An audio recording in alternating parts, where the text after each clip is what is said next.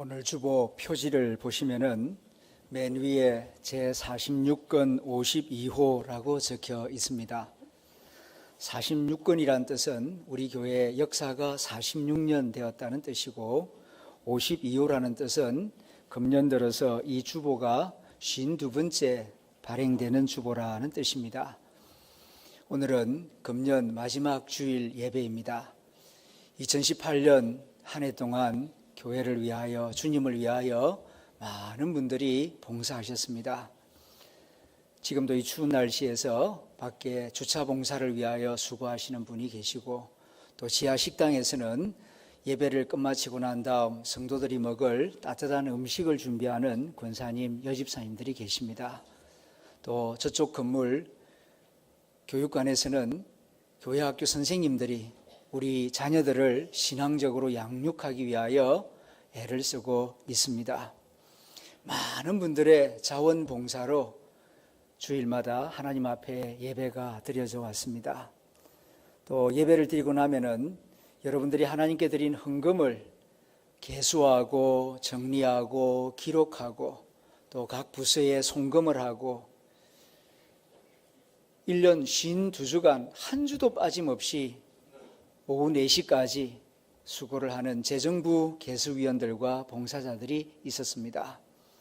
그들은 예배가 끝난 다음 그 회계실에서 봉사를 하기 때문에 성도들이 그 얼굴을 잘 보지를 못하였습니다. 그러나 이 시간을 빌어서 그 은밀한 수고자들의 말씀을 드리니까 여러분 기억하시고 또 많이 격려해 주셨으면 감사하겠습니다. 또한 3부 예배 드릴 때마다 주영광 찬양대가 52주 빠짐없이 찬양을 준비하여 아름다운 찬양으로 예배를 드리며 하나님께 영광을 올려드렸습니다. 그동안 우리가 수고한 이 찬양대를 격려하고 또 감사의 마음을 표현하는 것도 하나님께 영광이 되리라고 생각합니다. 수고하신 지휘자, 반주자, 대장님과 여러 대원들에게 우리 감사하는 마음을 담아서 한번 얼굴을 보며 박수를 보내도록 하겠습니다. 고맙습니다. 수고하셨습니다. 고맙습니다. 지난 11월 18일 제 신학교 1년 선배인 이재철 목사님이 은퇴 예식을 가졌습니다. 신학교 기수로는 1년 선배인데 사회생활을 하시다가 신학교에 늦게 오셨기 때문에 은퇴를 먼저 하시게 되었습니다. 이분은 서울 양화진에 있는 100주년 기념교회를 담임하시다가 이제 은퇴를 하시고 경남 거창으로 내려가셨습니다. 이재철 목사님은 오래전부터 자신의 은퇴 예식을 생각하고 준비하면서 2005년도 매듭 짓기라는 제목의 책을 홍성사에서 출판하였습니다. 그 책에 이런 부분이 나옵니다. 줄기가 굵지 않은 대나무가 강한 것은 다른 나무와 달리 일정한 간격을 두고 매듭을 지을 줄 알기 때문입니다. 대나무의 강함은 높이가 아니라 매듭에서 비롯되는 것입니다. 믿음의 삶도 이와 같습니다. 훌륭한 크리스찬은 말씀에 순종하여 매듭을 적절하게 지으면서 사는 사람입니다. 그러기 위해서는 신앙적으로, 성경적으로 시간의 매듭짓기, 재물의 매듭짓기, 관계의 매듭짓기, 생사의 매듭짓기를 준비하는 삶을 살아야 할 것입니다. 이렇게 책에 기록하였고 그렇게 오랜 기간 준비를 한 끝에 예정대로 11월 18일 은퇴 예식을 조촐하게 가지고 거창으로 내려갔습니다. 왜 하필이면 거창인가? 아무 연고지도 없는데 그는 하나님께 기도하면서 준비했다고 합니다. 내가 가진 이 은퇴 자금을 가지고 집을 마련하기 위해서는 한 평당 10만 원 되는 땅을 주십시오. 요새 주택지에 평당 10만 원은 땅이 어디에 있습니까? 아무리 시골이라도 40만 원, 50만 원, 여기 우리 동네는 평당 100만 원이 다 넘어갑니다. 아니, 평당 1000만 원 넘어가고 있습니다. 그런데 평당 10만 원 되는 그런 땅이어야 30평에서 40평 집을 마련할 수 있겠습니다. 그랬는데 작년에 연락이 왔습니다. 저 거창 시골 산 중턱에 주택지 가운데 평당 딱 10만 원 하는 땅이 나왔다는 것입니다. 이곳이 하나님이 예비하신 곳이로구나 생각하고 그 땅을 매입하여 은퇴하자마자 30평 땅을 10만 원씩 평당 구입하여 그쪽으로 내려가셨습니다. 아름다운 은퇴 예식, 감동적인 은퇴 모습을 보면서 많은 목회자들과 그리스도인들에게 신선하고 아름다운 충격을 주었습니다. 많은 그리스도인들이 시작을 잘하기 위하여, 그리고 자기가 하는 일에 성공하기 위하여, 그리고 하고 있는 일을 포기하지 않고 끝까지 잘 감당하기 위하여서는 기도하고 노력하고 지혜를 배우려고 합니다. 그러나 마무리를 잘하기 위하여, 매듭을 잘 짓기 위하여 배우고 기도하고 준비하는 사람은 상대적으로 적은 것 같습니다. 그래서 그런지 개척하는 법과 열심히 일하는 법과 성공하는 법과 위기를 극복하는 법에 대해서는 비교적 잘 아는 지도자들이 마무리하는 법을 잘 몰라서 하나님의 영광을 가려우는 경우가 있습니다. 오늘은 한 해의 마지막 주일 예배입니다. 이렇게 한 해 한 해가 지나가다 보면 틀림없이 내 생애도 전체 마무리 지어야 할 때가 반드시 올 것입니다. 최근 2주일 사이에 우리 교회에서는 4가정의 장례식이 있었습니다. 자신의 마지막 때를 생각하고 미리 준비하고 계시다가 하나님의 부르심을 받은 분도 있고 그렇지 못한 분도 있었습니다. 죽음도 삶의 한 부분입니다. 아니, 아주 중요한 부분입니다. 그러므로 미리미리 준비하시기를 바랍니다. 그리고 마무리하는 법을 힘써 배우시기를 바랍니다. 잘 사는 법만 배우지 마시고 잘 마무리하는 법을 꼭 배우셔야 합니다. 아무리 열심히 잘 살아도 마무리를 잘못하면은 그 모든 수고가 다 허사가 되고 맙니다. 반대로 중간에 조금 아쉬운 부분이 있고 실패가 있었다 할지라도 마무리를 잘하면 그 중간에 모든 과정이 의미를 가지게 되고 빛을 발하게 될 것입니다. 우리의 길이요 진리이신 예수님은 자신의 지상 생애를 어떻게 마무리하셨는가? 허겁지겁 마무리하지 않았습니다.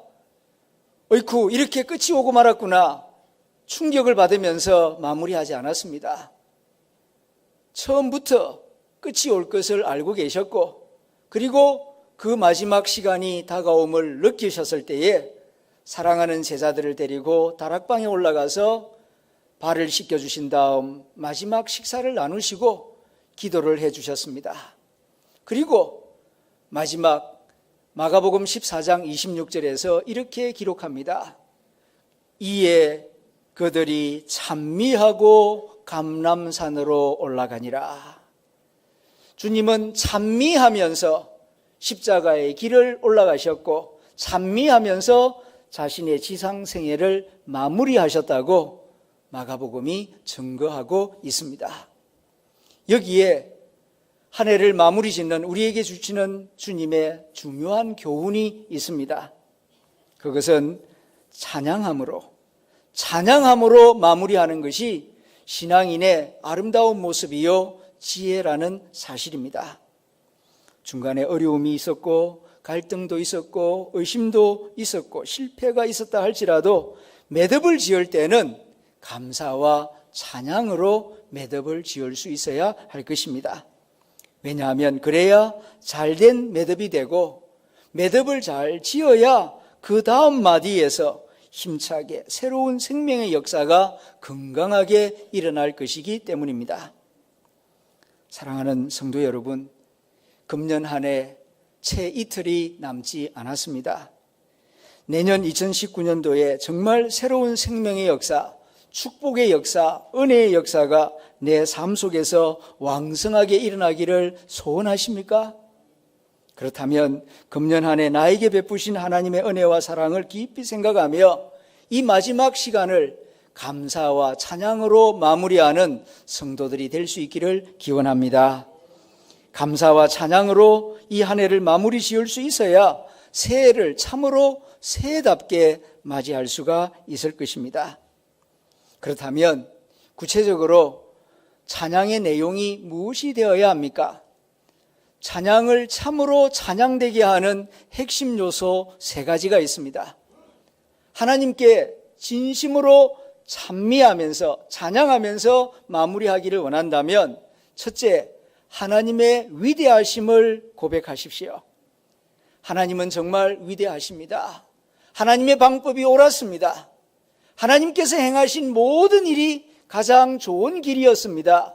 이렇게 인정하고 고백하는 것입니다.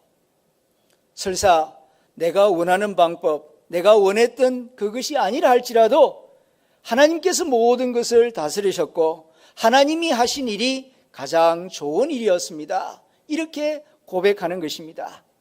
더 구체적으로 말씀드리면 중간에 몸이 아팠습니다. 그것 또한 하나님이 하신 일입니다. 하나님 잘하셨습니다. 나를 아프게 하신 일, 하나님 잘하신 일입니다. 중간에 실패가 있었습니까? 그때는 마음이 언짢았지요. 그러나 그 또한 하나님 손 안에서 이루어진 일임을 기억한다면 하나님 실패하신 일, 잘하신 일입니다.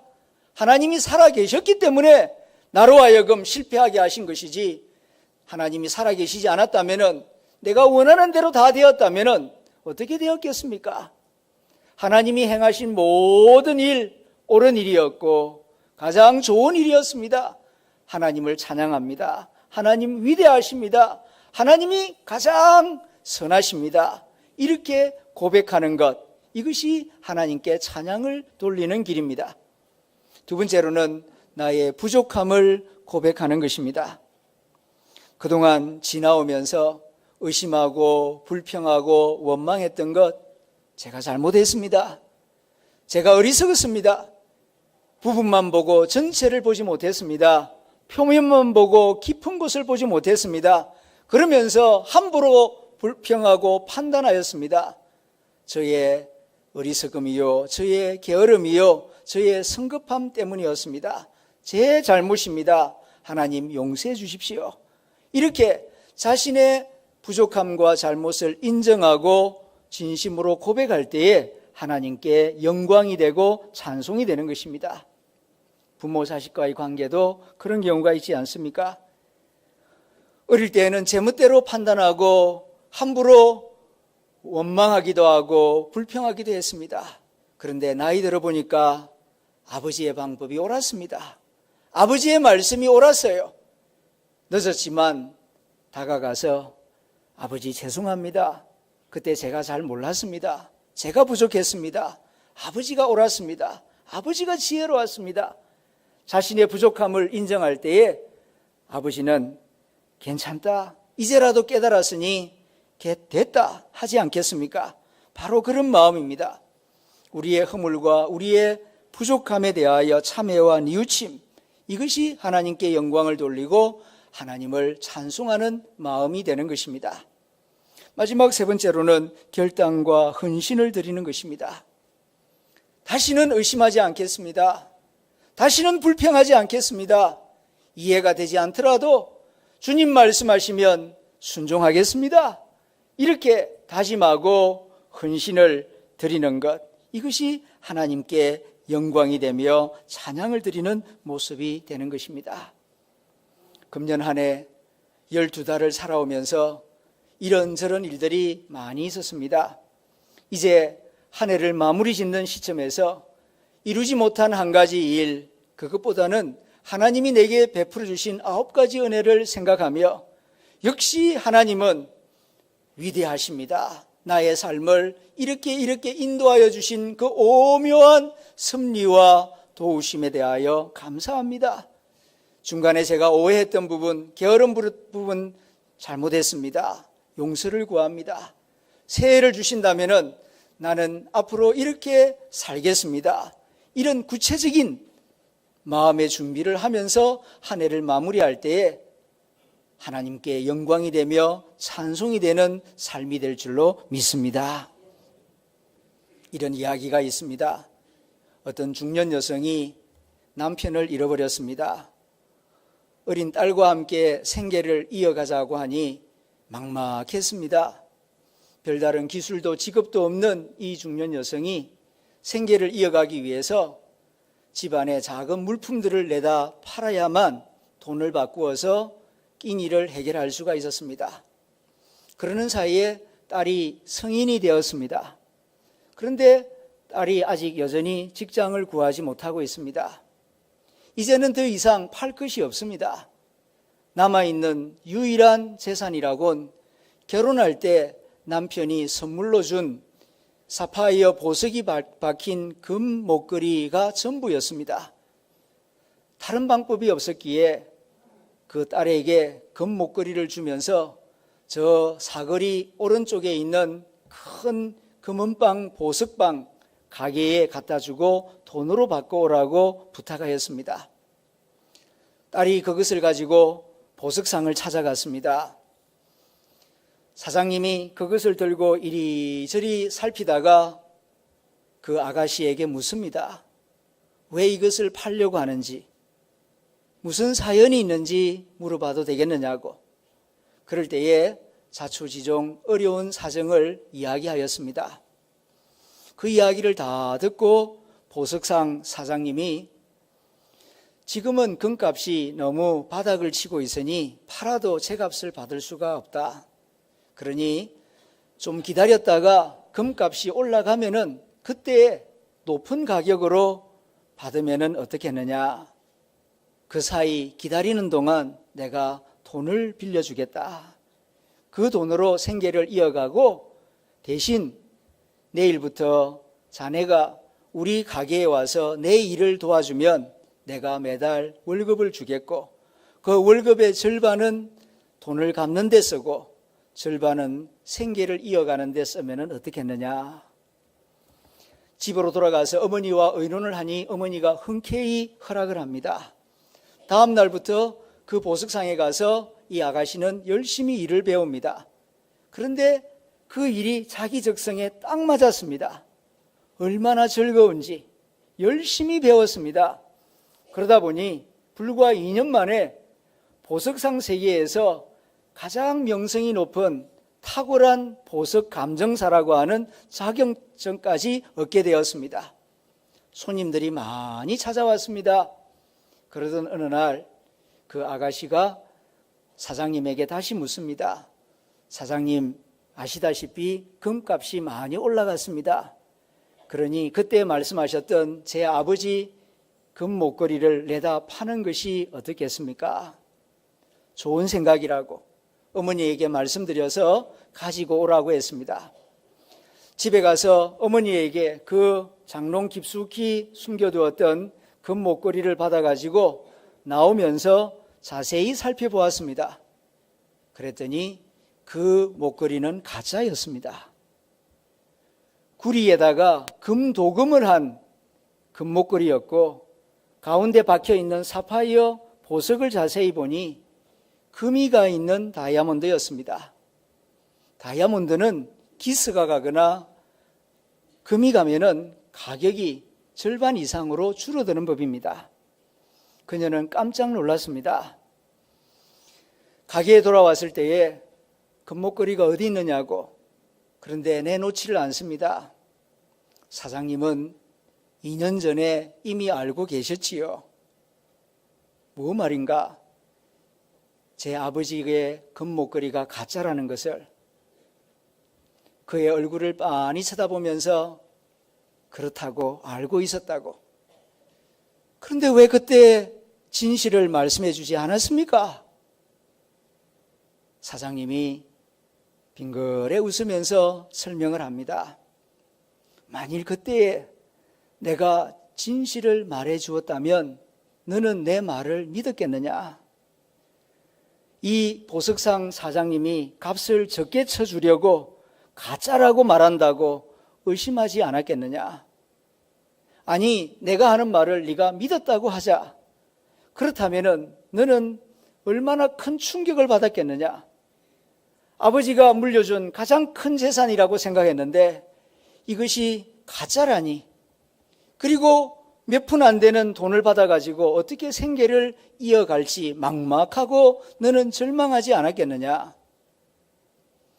진실을 말한다고 다 문제가 해결되는 것은 아니란다. 그러나 너는 나의 제안을 받아들였고 2년 동안 열심히 일을 하여서 최고의 보석 감정사가 되지 않았느냐? 너의 월급은 굉장히 많아졌고 이제는 이걸 팔지 않아도 어머니를 봉양할 수 있는 실력자가 되었으니 감사하지 아니한가? 그리고 또 한 가지, 억만금보다도 더 귀한 아버지의 사랑과 추억이 담겨 있는 이 소중한 물건을 팔지 않아도 되니까 얼마나 감사한가? 그 설명을 들으면서 이 아가씨는 눈에 눈물을 주르르 흐르면서 그 사장님의 손을 꼭 붙잡고 사장님 정말 감사합니다. 오늘 로마서 11장에서 사도 바울은 예수 그리스도 안에서 우리를 위한 구원과 사랑과 성화의 과정을 예비해 두신 하나님의 지혜와 지식을 깨달으면서 그는 전율하며 고백합니다. 깊도다, 깊도다. 하나님의 지혜와 지식의 풍성함이여.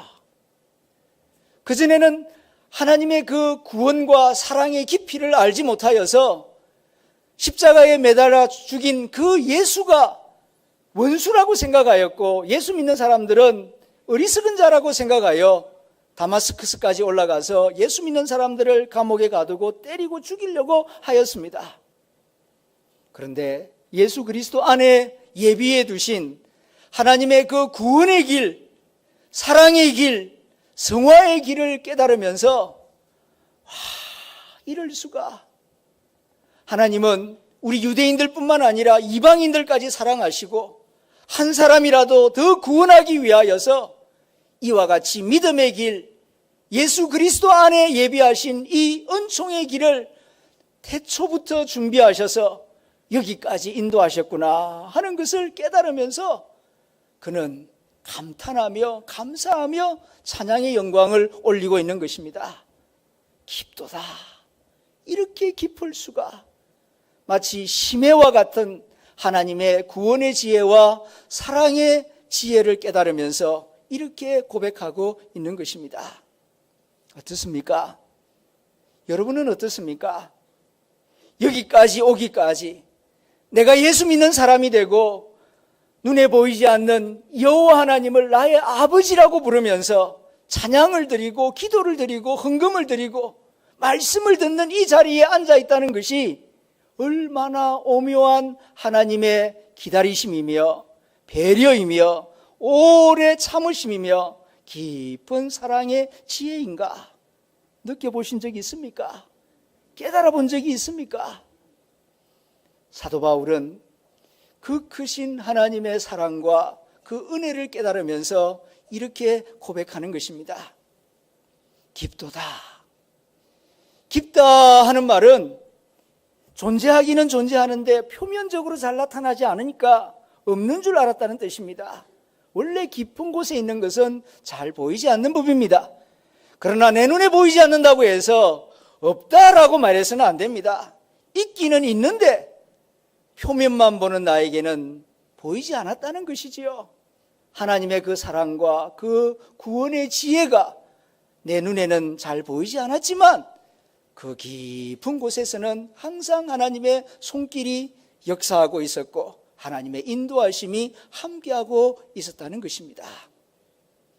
살아온 날들도 하나님의 은혜이고 살아갈 날도 하나님의 은혜입니다. 우리가 무엇을 하나님 앞에서 자랑할 수 있겠습니까?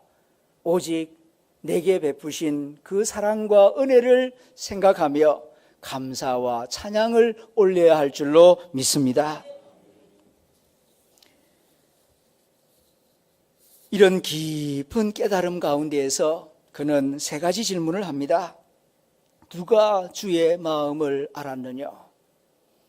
누가 하나님의 계획을 알고 누가 하나님의 마음을 알아서 하나님께 올려야 할 마땅한 찬양과 감사를 올린 적이 있었느냐고.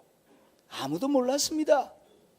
우리가 하나님을 다 아는 것 같고 하나님 마음도 아는 것 같지만 정말 작은 것에 지나지 않습니다. 어릴 적에 엄마의 사랑을 다 안다고 생각했는데 세월이 지나 내가 결혼을 해서 내가 자식을 낳아서 아픈 아이 부둥키 안고 잠을 이루지 못하고 걱정하고 근심하는 내 모습을 보면서 엄마의 모습을 다시 생각할 때에 그 사랑이 얼마나 깊고 크고 위대했는지 뒤늦게서 깨닫지 않습니까? 그때는 알지 못했습니다. 어쩌면 지금도 모르고 있습니다. 그러나 하나님은 변함없이 우리를 사랑하고 계시고 우리를 구원하기 위하여 우리를 거룩하게 하기 위하여서 쉬지 않고 일하고 계시는 하나님이십니다. 두 번째로는 누가 그의 모사가 되었느냐 34절에 묻고 있습니다. 모사라고 하는 말은 카운셀러, 상담가를 번역한 말입니다. 누가 지혜가 있어서 하나님에게 하나님 이렇게 하셔야 됩니다, 하나님 그렇게 하면 안 됩니다 충고할 수 있겠느냐? 어느 인간이 하나님보다 더 지혜롭고 똑똑해서 하나님에게 어드바이스를 줄 수 있는 그런 사람이 있었느냐 말입니다. 아무도 없었습니다. 선지자 중에 그런 사람이 있었습니까? 왕들 가운데 그런 사람이 있었습니까? 오직 하나님께서 우리를 사랑하셔서 이 모든 사람들을 구원하기 위하여 내 아들, 나의 외아들 독생자 예수 그리스도를 땅에 보내고 내 아들을 어린 양이 죽어 피를 흘리는 것처럼 내 아들의 피를 흘려서 사랑하는 인간들을 구원하리라. 이런 마음의 계획, 이런 마음의 지혜를 어느 인간이 하나님에게 제공하였습니까? 오직 하나님께서 사랑하셔서 스스로 생각하시고 가장 소중한 자기의 독생자를 희생제물로 보내시고 대속제물이 되게 하셔서 우리에게 구원의 길을 활짝 열어주신 것입니다. 이것은 하나님의 결단이요, 하나님의 사랑이요, 하나님의 계획이었습니다. 어느 누가 가르쳐 준 것이 아닙니다. 그 크신 사랑, 그 놀라운 계획을 바울은 깨달으면서 깊도다, 정말 깊도다 하면서 찬양을 올려드리고 있습니다. 마지막 세 번째로는 누가 주께 먼저 드려 갚으심을 받았느냐라고 묻습니다. 우리가 하나님을 위하여 수고를 한다, 봉사를 한다, 교회를 위해서 애를 쓴다, 헌금을 많이 한다 그러지만 그거 어디서 난 겁니까? 내가 하나님께 먼저 드렸으니까 하나님 나한테 이렇게 해주셔야 되는 거 아닙니까? 보답을 요청하듯이 대가를 요구하듯이 그렇게 요구할 수 있는 인간이 누가 있습니까? 드릴 수 있으면 하나님이 주셨기 때문이 아니겠습니까? 받은 바가 없었으면 어떻게 수고할 수 있으며 드릴 수 있었겠습니까? 봉사하고 수고할 수 있음도 하나님의 은혜예요. 드릴 수 있음도 하나님의 은혜입니다. 오직 주신 바 그 은혜에 대한 찬송과 감사가 있을 뿐입니다. 바울은 이러한 깨달음을 통하여서 피상적인 감사와 찬송이 아니라 진심으로 온 마음과 영혼과 몸을 다하여 깊도다, 정말 하나님의 사랑과 구원과 도우심과 은혜는 깊습니다. 위대합니다. 하나님을 찬송합니다.